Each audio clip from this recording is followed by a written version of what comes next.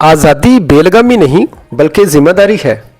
जश्न आज़ादी खुशियाँ मनाने का दिन है, जुलूस निकालने का दिन है, झंडे सर बुलंद करने पार्टीज मनाने का दिन है, शुक्रगुजारी करने का दिन है, कुर्बानियों की याद का दिन है। आज़ादी एक बरकत है। Freedom is a state of mind. हकीकी आज़ादी मुखालिफ फौज से, सियासी ताकत से नहीं बल्कि खुदा से मिलती है। याद कीजिए, जिस तरह इसराइल मिस्र की गुलामी में जकड़े थे, तो मूसा ने खरूज 14 बाब 13 और 14 आयत में लोगों से कहा, डरो मत, चुपचाप खड़े होकर खुदावंद की निजात के काम देखो जो वो आज तुम्हारे लिए करेगा, क्योंकि जिन मिस्रियों को तुम आज देखते हो उनको फिर कभी अब तक न देखोगे। खुदावंद तुम्हारी तरफ से जंग करेगा और तुम खामोश रहोगे। फिर मूसा कौम को लेकर आगे बढ़ा। समुंदर 2 टुकड़े हो गया, कौम गुजर गई, दुश्मन की फौज समुंदर बुर्द हुई। जब खुदा कौम की तरफ से लड़ता है तो कौम आज़ाद हो जाती है। आज भी खुदा आपको गुनाहों की गुलामी से आज़ाद करता है। असल आज़ादी सियासी नहीं। सियासी आज़ादी के बावजूद इंसान गुनाहों, नफरत अंगेज रवैयों, हसद और नशे की लत और इन जैसे कई बुरे कामों के गुलाम है। इसलिए यसु ने लूका की इंजील 4 बाब 18 में यसाया 61 की पेशन गोई, जो उसी पर पूरी होती है, पढ़ी कि खुदावंद का रूह मुझ पर है, इसलिए कि उसने मुझे गरीबों को खुशखबरी देने के लिए मसा किया। उसने मुझे भेजा है कि कैदियों को रहाई और अंधों को बिनाई पाने की खबर सुनाऊं, कुचले हुओं को आज़ाद करूं और खुदावंद के साले मकबूल की मुनादी करूं। हकीकी आज़ादी यसु निजात दहिंदा से मिलती है, क्योंकि यूहन्ना 8 बाब 36 में है, अगर बेटा तुम्हें आज़ाद करेगा तो तुम वाकई आज़ाद होगे। यसु के ज़मीनी दौर में लोग रोमी सियासी तसल्लुत में थे।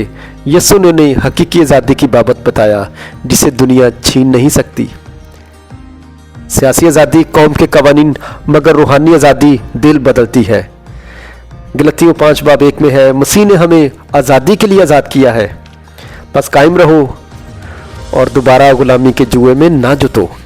जब मसीह ने हमें बचाया है तो फिर हम रोमियो 8:1 के मुताबिक मुजरम ठहराए जाने से आज़ाद हुए। रोमियो 6:14 के मुताबिक गुनाह की ताकत से आज़ाद हुए और दूसरा क्रंथियों 3 बाब 17 के मुताबिक खुदा के जलाल में जीने के लिए आज़ाद हुए हैं। आज़ादी जिम्मेदारी है। जैसे कौमी आज़ादी को संभालते हैं, उसी तरह रूहानी आज़ादी को भी संभालना ज़रूरी है। इसराइल के लोग आज़ादी का हकीकी मतलब ना जानते थे, बल्कि उन्हें मिस्र के खीरे और बुतप्रस्ती याद आती थी।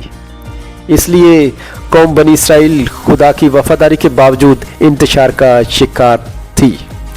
इसलिए यशवा ने अपनी कौम से कहा, यशवा 24 बाब 15 में, और अगर खुदावंद की प्रस्तिश तुमको बुरी मालूम होती है तो आज ही तुम उसे जिसकी प्रस्तिश करोगे चुन लो, ख्वाह वो वही देवता हो जिनकी प्रस्तिश तुम्हारे बाप दादा बड़े दरिया के उस पार करते थे, या मूरियों के देवता हो जिनके मुल्क में तुम बसे हो। अब रही मेरी और मेरे घराने की बात, सो हम तो खुदावंद की प्रस्तिश करेंगे। ईमानदारों को इन्हीं तरीकों से आज़ादी को संभालना होता है। गलतियों 5:13 में है, तुम आज़ादी के लिए बुलाए गए हो, मगर ऐसा ना हो कि वो आज़ादी जिस्मानी बातों का मौका बने, बल्कि मोहब्बत की राह से एक दूसरे की खिदमत करो।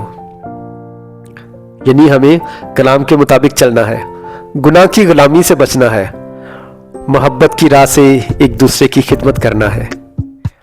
आज हमारी जिम्मेदारी है और कौम के लिए भी यही पुकार है कि यौम आज़ादी खुशी का दिन तो है, मगर ये याद दहानी का दिन भी है कि 1 तीमुथियुस 2 बाब 1-2 के मुताबिक हम अपने रहनुमाओं के लिए शुक्र और दुआ करते रहें। 2 तवारीख 7 बाब 14 के मुताबिक अपनी सरजमीन के लिए बरकत मांगे, और मत्ती 5 बाब 13 से 16 के मुताबिक अपनी कम्युनिटीज, शहरों और मुल्क के लिए दुनिया के नूर और नमक बनकर जिए। हकीकी कौम, हकीकी आज़ादी तब होगी जब वो खुदा के ताबिया होगी। यौम आज़ादी पर झंडों के साथ साथ अपने हाथ भी दुआ में बुलंद करें और हुकूमत और आला ओहदेदारों اور افواج اور پیشواؤں کے لیے دعا کرتے رہیں۔ اس سے بڑھ کر خدا کا شکر کریں کہ اس نے گناہوں کی غلامی سے آزاد کیا ہے اور حقیقی آزادی دی ہے۔ قوموں کی آزادی وقت کے ساتھ بدل جائے گی، مگر مسیح کی آزادی آسمانی میراث تک قائم رہے گی۔ آمین۔ خداوند آپ سب کو برکت دے۔